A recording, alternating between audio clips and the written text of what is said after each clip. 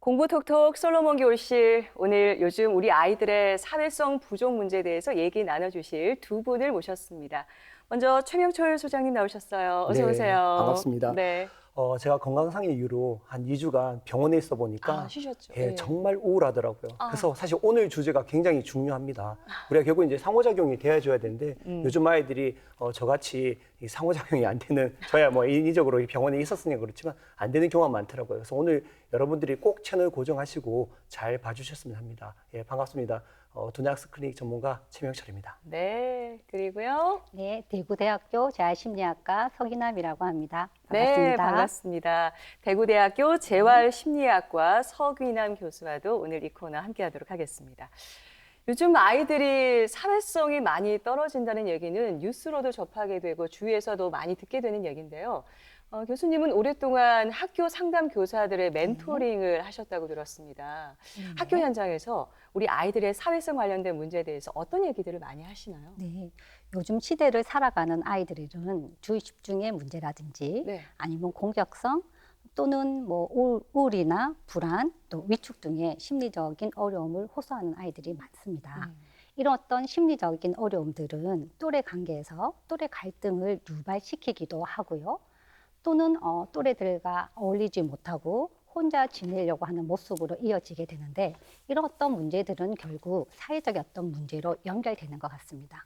이런 어떤 사회적인 어떤 어려움이나 심리적인 어려움을 학교 생활에서 도와주기 위해서 상담복지사나 교육복지사들이 함께 모임을 하고 있는데요. 저도 한 달에 한 번 그 모임에 참여를 해서 학교 생활에서의 아이들의 모습을 이야기를 듣고 있고요. 그 모임에서 많은 사례들을 들으시겠어요. 네네. 그리고 또 현장에서 제가 또 부모님과 아이들을 만나고 있습니다. 그래서 이런 어떤 이야기를 들었을 때 사회성의 어떤 문제로 가장 대두되는 것들이 아이들이 싫어하는 행동을 하더라. 싫은데 자꾸 옆에서 네네. 그런 행동을 한다든지. 네네. 예. 예를 들면은 네. 갑자기 뒤에서 헤드락을 건다라든지. 헤드락이요? 네네. 깜짝 놀라겠는데요. 네. 네. 그리고 싫어하는 별명을 자꾸 부른다라든지. 별명 네. 듣기 싫은 그렇- 별명을 부르고요. 그렇죠. 예. 그리고 복도를 지나가는데 그냥 툭 치고 지나간다라든지. 네. 이유 없이 그냥 치는군요. 그렇죠.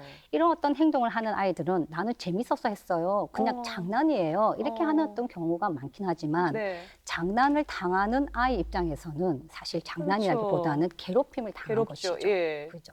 그리고 또 다른 사례들은 뭔가 자신의 뜻대로 되지 않으면 소리를 지른다라든지 네, 화를 낸다라든지 그리고 갑자기 울어버리는 그런 경우들도 울어버려요? 있습니다. 뜻대로 안 되니까. 네네. 이런 경우들은 자신의 어떤 욕구에만 치우쳐져 있지 타인을 이해하거나 배려하지 못해서 나타나는 문제라고 볼 수 있겠습니다. 또는 또 반대로 또래 아이들과 어울리지 못하고 네네 혼자 또 지내려고 하는 어떤 아이들이 있는데 이런 아이들은 또래와 함께 놀고 싶고 어울리고 싶긴 하지만 나 너랑 함께 놀고 싶어라는 말을 하지 못하고 그 말을 하지 못해서. 네네. 그래서 네. 자신의 어떤 욕구를 언어적으로 적절히 표현하는 것이 어려워서 나타나는 문제라고 볼 수 있겠어요. 자, 이런 어떤 사회적인 어떤 문제들은 사실 학교 수업 시간보다는 쉬는 시간에 많이 일어나는 문제들인데요. 10분 정도 쉬는 시간이 있잖아요. 그렇죠. 예. 네네. 그런데 이제 코로나 시대에서는 이런 어떤 쉬는 시간에도 뭔가 아이들 간의 접촉을 조금 최대한 이렇게 감소시키다 보니까. 그렇죠. 예. 네. 그렇다 보니까 요즘에 제가 아이들을 만나서 이렇게 물어보면은 너 요즘 쉬는 시간에 뭐 하고 놀아? 라고 이렇게 물어보면 그냥 있어요. 아무것도 안 놀아요. 아무것도 하지 네, 않고. 하는 아이들도 네. 있더라고요. 그런 어떤 이야기들을 들었을 때는 또래와의 어떤 관계 경험이 부족하다 보니까 네, 무엇을 해야 할지 또 놀아도 어떠한 방법으로 놀아야 할지 모르는 아이들이 있더라고요. 이런 어떤 이야기를 들었을 때 저는 학교 시간에도 이렇게 꼭 공부하는 곳만 아니라 교우 관계를 유지하고 형성해야 하는 곳이 학교라고 생각이 드는데 이런 어떤 곳에서 또래들과의 어떤 관계 접촉들이 차단이 되면서 조금 더 이렇게 놀이 문화라는 것들도 사라지고 있지 않나 이런 어떤 생각을 하게 되었어요. 네, 정말 코로나로 인해서 네네. 아이들의 놀이 문화가 사라지는 것 같다라는 말씀은 참 안타깝게 들리는데요. 그렇죠. 사실 코로나로 거리 두기가 생활화되면서 아이들의 사회성 발달에 정말 많은 영향을 끼치고 있는 것 같습니다. 소장님, 실제 데이터로도 확인이 된다면서요? 그렇죠. 2021년 3월부터 우리가 12월까지 대구 교대, 그다음 이제 영남대 의대 교수님들과 공동 연구를 한 게 있습니다. 네. 저희가 이제 초등학교 4개교 이제 3학년, 4학년 학생들을 대상으로 두뇌 종합 검사하고 종합 심리 검사를 실시하고 이를 바탕으로 이제 코로나 전후 비교를 좀 해봤습니다. 근데 항상 제가 말씀드리지만 이 정서를 담당하는 이제 변형계라는 부분들이 애들이 불안과 강박이 굉장히 높죠. 그다음에 이제 우리가 PTSD로 이제 말씀드리는 외상후 스트레스 장애도 굉장히 높아졌고요. 그러다 보니까 자연스럽게 이 전두엽의 발달에도 영향을 많이 끼칩니다. 아까 교수님께서 말씀하셨던 거, 친구 싫어하는데도 굉장히 자꾸 이렇게 헤드락을 한다든지, 네. 애들이 뭐 복도에서 툭 치고 간다든지, 이게 결국 이제 충동성, 그러니까 전두엽의 실행 기능이 떨어져서 그런 현상들이 일어나거든요. 그러니까 결과적으로 우리가 밖에서 생활하는 이제 활동들이 줄어들면서 자꾸 집안에서 아이들이 결국은 뭐 PC를 통한 이제 게임이라든지 비대면 수업을 하다 보니까 서로 상호작용이 안 되다 보니 이런 결과가 나타나는데 이제 더 충격적인 거는 우리 부모님들도 굉장히 불안을 많이 겪으셨잖아요. 네. 그러다 보니까 아이들을 케어하는 것들이 굉장히 힘들어졌었죠. 그러니까 사실 부모하고 관계가 아까 말씀하신 대로 애착인데 이 애착 관계가 잘 안 되는 친구들이 전부 다 자존감이 떨어지고 교우 관계에서도 문제를 일으키고 여러 가지 문제점들을 많이 드러내고 있습니다. 그래서 우리가 제일 문제가 되는 게 학교에서 학폭도 아주 사소한 건데 친구랑 자꾸 저 친구가 나를 째려보는 것 같아요. 사실 째려보진 않았어요. 그냥 봤을 그렇죠. 뿐인데. 그런데 이 친구의 감정이 좋지 않기 때문에 불안하기 때문에 자꾸 그렇게 느끼는 거죠. 그러다 보니까 이런 사회적 문제가 지금 많이 생기고 있는 거라고 생각됩니다. 네, 정말 불안과 강박이 높아지다 보니까 아이들의 사회성 관련 문제가 더 많이 발생하는 것 같습니다. 교수님, 이렇게 요즘 아이들의 사회성 부족에는 가장 큰 원인이 뭐라고 보시나요? 네네. 사회성이라고 하면은 사회적인 생활을 유지하는데 필요로 한 어떤 능력입니다. 이런 어떤 사회성 발달은 타인과 상호작용을 하면서 자신이 현재 무엇을 원하는지 또 자신이 현재 느끼고 있는 감정이 어떤 것인지 자기를 표현할 뿐만 아니라 타인의 어떤 감정과 의도를 이해하는 경험이 필요하죠. 근데 이런 어떤 사회성, 말 그대로 사회성은 자연스럽게 형성되는 것보다는 사회적 경험에 의해서 이루어진다는 네. 것인데 코로나 시대로 인해서 대면 접촉이 많이 감소된 이 시점에서는 우리 아이들이 사회성에 취약할 수밖에 없다라고 네, 생각이 경험 들고요. 자체가 힘든 상황이 그렇죠. 되어버렸잖아요. 네네. 하지만 코로나로 인해서 사회성을 발달하지 못했다라는 것에 대해서는 저는 조금 동의하진 않고요. 네. 왜냐하면은 이 사회성 발달이라는 것은 조금 더 자기를 표현하는 능력, 그 다음에 타인을 이해하는 능력, 그리고 자기의 욕구와 생각과 행동을 조절하는 자기 조절 능력이 필요로 한데 이런 어떤 능력들은 아이들의 정서 발달과 관련성이 많다는 겁니다. 근데 이런 어떤 정서 발달은 자신을 돌봐주는 부모와의 어떤 관계에서부터 시작이기 때문에 그래서 저는 부모와 아이들의 관계 형성, 애착이 더 중요하다라고 보여지고요. 그래서 부모님들이 아기가 원래 태어났을 때 아기가 보내는 신호에 대해서 내가 지금 잠이 온다, 내가 지금 배가 고프다 하는 이런 어떤 신호를 보냈을 때 그 욕구를 충분히 또 민감하게 반응을 해주게 되면은 네. 아이는 그런 부모와 함께 사회적인 경험을 하게 되는 것이고요. 이런 어떤 사회적인 경험은 곧 사회적인 뇌로 발달하게 됩니다. 이런 어떤 경험 안에서 아이들은 자기의 욕구를 충족시켜 봤기 때문에 자기 자신에 대한 어떤 긍정적인 이미지도 형성하게 되고요. 뿐만 아니라 나의 욕구를 채워주는 대상에 대한 어떤 신뢰를 또 형성할 수 있습니다. 이게 곧 바로 애착이라고도 볼 수 있겠습니다. 네. 이런 어떤 애착은 자기 행동과 욕구를 조절하는 자기 조절 능력으로 이어지게 되거든요. 근데 요즘의 시대의 아이들은 자기 조절 능력에 어려움이 많고 자기 욕구에만 치우쳐져 있다라는 것이지요. 그러네요. 정말 사회성 발달의 첫 시작이 주 양육자와의 관계가 된다는 말씀이신데 그래서 부모의 역할이 더 중요한 것 같습니다. 부모의 역할로서 가장 중요한 부분이 아이와의 정서적 교감, 네네. 애착 관계 형성 아니겠어요? 네네, 그렇죠. 이런 어떤 정서 발달은 조금 더 부모의 관계에서 더 많은 영향을 미치게 되고 그래서 부모님들이 조금 더 정서 발달에 관심을 많이 가져주시면 좋겠는데 사실은 학령기의 자녀를 둔 부모님들은 아이들의 정서적인 발달보다는 네. 학업적인 어떤 수행에 관심이 더 많습니다. 맞아요. 학습에 더 신경을 많이 쓰시죠. 네네, 예. 그렇죠. 그렇다 보니까 부모님들은 당연히 사실 마음이 이해가요. 우리 아이가 학교에 가서 조금 뒤처지지 않을까 걱정하고 불안해하시는 부분들은 이해가지만 아이들이 느끼는 정서에 대해서 이해하고 공감하지 않고 해야 하는 어떤 학업적인 숙제 또는 해야 하는 사회적으로 요구하는 행동에만 이렇게 강조를 하다 보면은 아이들은 자기를 이해받는 능력이 부족하고 이런 어떤 이해받는 능력이 부족할 경우에는 타인을 이해하고자 하는 타인을 이해하는 조망 수용 능력을 형성하기가 또 어렵습니다. 자, 그래서 아이들은 자신의 욕구를 충족시키고자 조금 더 자신의 욕구에 더 집착하게 되고 집중하게 됨으로써 문제 행동들은 더 이어진다라고 볼 수 있겠습니다. 네. 정말 부모 입장에서는 아이들의 학업에 더 몰두하느라 상대적으로는 아이와의 정서적인 교감에 더 관심이 떨어진다는 얘기네요. 네네. 그래서 이렇게 문제 행동을 보이는 아이들을 돕는 방법 중에 그 놀이 치료라는 게 있더라고요. 네네. 이 놀이 치료는 어떤 걸 말하는 건가요? 네, 놀이 치료는 아이들의 심리적인 어려움을 해결하는 것을 돕기 위해서 훈련된 놀이 치료자가 놀이실에 안정된 놀이실이라는 공간 내에서 치료자와 그리고 내담 아동자와 그다음에 치료자가 사회적인 어떤 관계를 경험하는 것으로 이루어지는데요.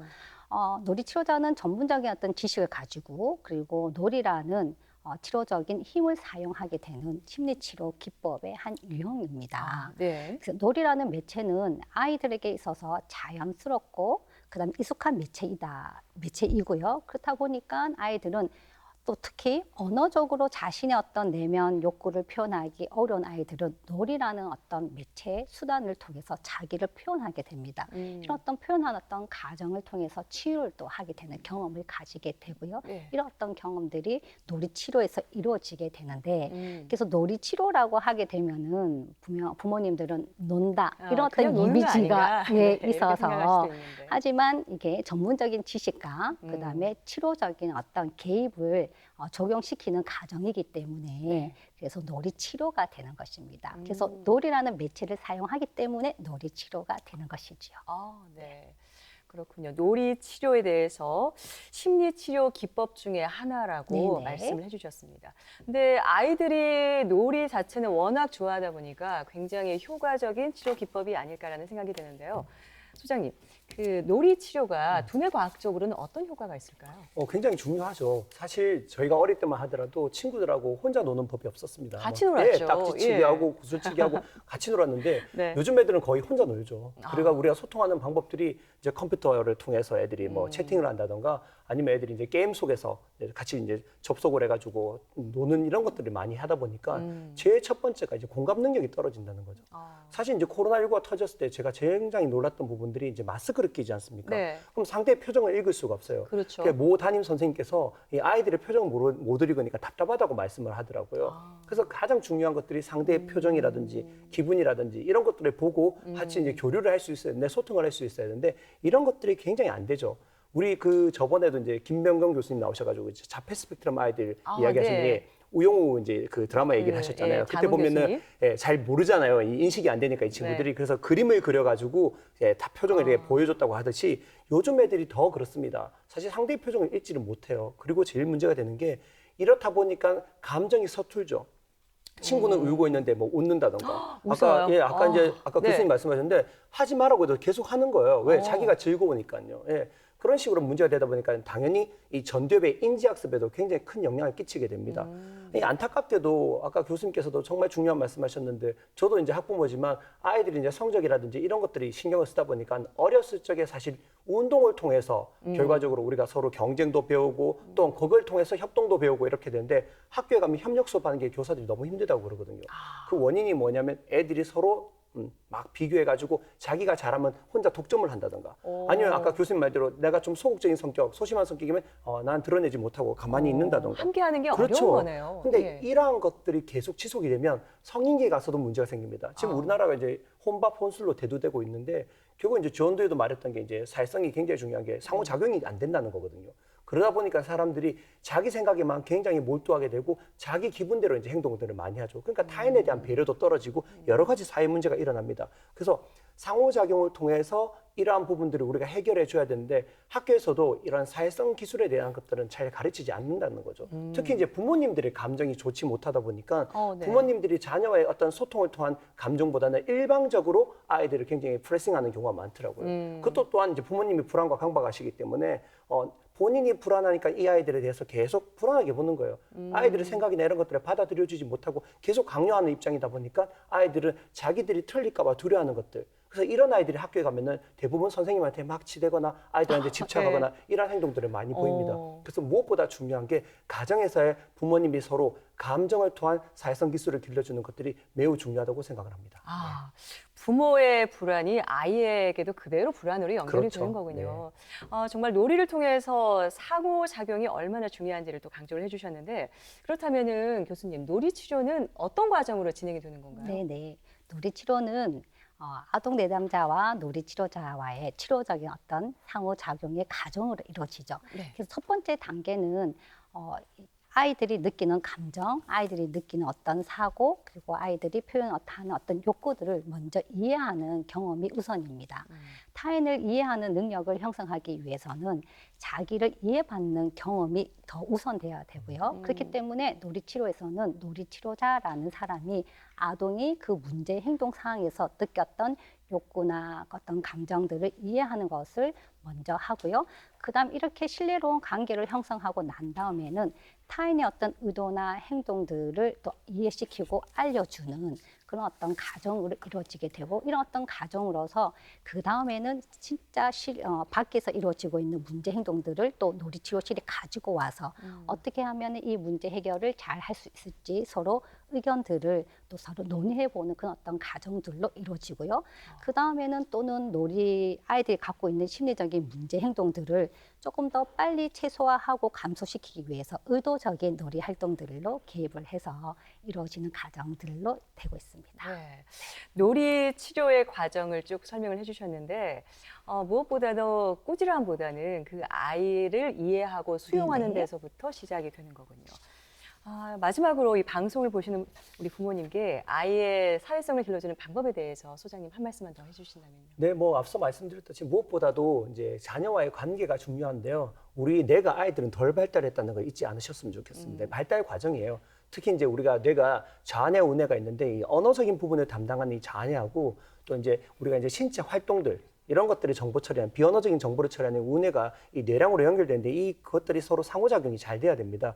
그러기 위해서 중요한 것들이 뭐냐면 부모님의 정서적 교류가 굉장히 중요해요. 그래서 이 정서적 교류를 통해서 이제 행복 호르몬인 세로토닌이라든지 그다음에 이제 엔도르핀, 도파민이 나와서 이제 심리적 안정과 성취 동기를 강화시키거든요. 그래서 제가 이제 꿀팁을 몇 가지 알려드리면 첫 번째 굉장히 중요한 것이 뭐냐? 네. 아이들이 친구의 감정, 특히 슬픔에 대해서는 같이 공감하는 능력을 많이 경험하게 해주셔야 돼요. 슬픔에 대해서 네네. 그러니까 공감하는 이 친구가 능력. 지금 슬프다는 걸 같이 공감하고 위로해 줄 수 있는 이러한 것들을 관심을 좀 많이 가져주셨으면 좋겠고요. 두 번째 이제 친구랑 하는 아까 놀이들, 운동들 이걸 혼자 하는 것보다는 여러 명이 같이 하는 걸 좀 저는 많이 해주셨으면 좋겠어요. 아이스하키라든지 우리가 보통 농구라든지 축구라든지 예. 보통 이제 테니스나 이런 배드민턴 이런 건 혼자 하는 게임들이잖아요. 그것보다는 서로 상호작용을 해가지고 친구랑 적당하게 호흡을 맞추고 또 그 친구들하고 그런 호흡을 통해서 같이 성취 동기를 같이 느낄 수 있는 기쁨을 느낄 수 있는 그러한 운동들을 좀 많이 시켜주셨으면 하고 마지막으로 아이들의 감정이 불안할 때 부모님이 받아주셔야 돼요. 제가 늘 말하는 비빌 언덕. 나는 잘못해서 실수를 했습니다. 하지만 엄마 아빠가 뒤에서 이렇게 받쳐주고 괜찮아 토닥토닥 해줘야 되는데 아이가 실수했으면 제일 먼저 걱정되는 게 엄마한테 혼날 거야. 네. 아빠한테 화내가지고 난 오늘 또 집에 가면 또 벌 쓰겠지. 이러면 굉장히 불안하고 우울이 결국 정서적 감정의 베이스가 가지거든요. 그러면 결국 커서 이 친구들이 우리가 데이트 폭력이라든지 아까 사회 문제들 네. 많이 일으킨다고 했잖아요. 그래서 제일 중요한 것들이 이러한 감정을 부모님들이 편안하게 잘 받아주실 수 있는 부모가 되셨으면 저는 그걸로 좀 당부를 드리는 것 부탁드리는 바입니다. 네. 네, 정말 부모님들이 우리 아이들의 비빌 언덕이 되주셨으면 좋겠다라고 또 강조를 해주셨고요. 교수님도 마지막으로 한 말씀 더 부탁드릴게요. 네네. 아이들에게 있어서 사회적인 관계의 대상은 부모입니다. 네. 그래서 부모님들에게 아이들의 거울 역할이 되어주자 이렇게 어. 이야기하고 싶습니다. 자, 아이 거울을 보면은 우리가 눈, 코, 입이 어떻게 생겼는지, 점이 어디 있는지 알 네, 수가 있죠. 표정도 보이잖아요. 그렇죠. 예. 그래서 부모님들은 아이들이 느끼는 감정과 욕구를 거울이 되어서 있는 그대로 읽어주게 되고, 또는 부모님들이 느끼는 감정을 또 되돌려 주다 보면은 아이들은 자기를 이해하는 능력뿐만 아니라 타인의 의도와 동기를 이해하는 능력이 향상이 되겠죠. 그래서 조금 더 자기를 표현할 수 있고 자기를 주장하고 타인을 이해하는 이런 어떤 배려하고 공감하는 건강한 아이들로 성장이 되었으면 좋겠습니다. 네, 정말 부모는 아이의 거울이다 이 말만 기억해도 앞으로 말과 행동이 달라질 것 같습니다. 오늘 우리 자녀의 사회성을 길러주는 좋은 방법에 대해서 두 분과 함께 얘기 나눠봤습니다. 최명철 소장님 그리고 대구대학교 재활심리학과의 서귀남 교수와 함께했습니다. 오늘 두 분 좋은 말씀 잘 들었습니다. 네, 감사합니다. 감사합니다.